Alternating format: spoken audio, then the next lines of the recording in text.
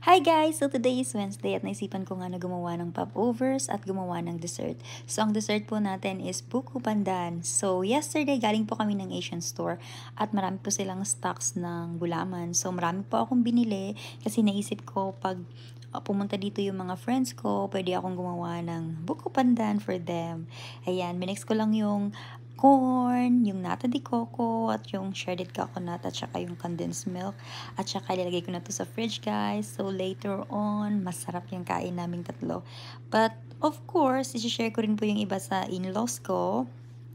Kasi,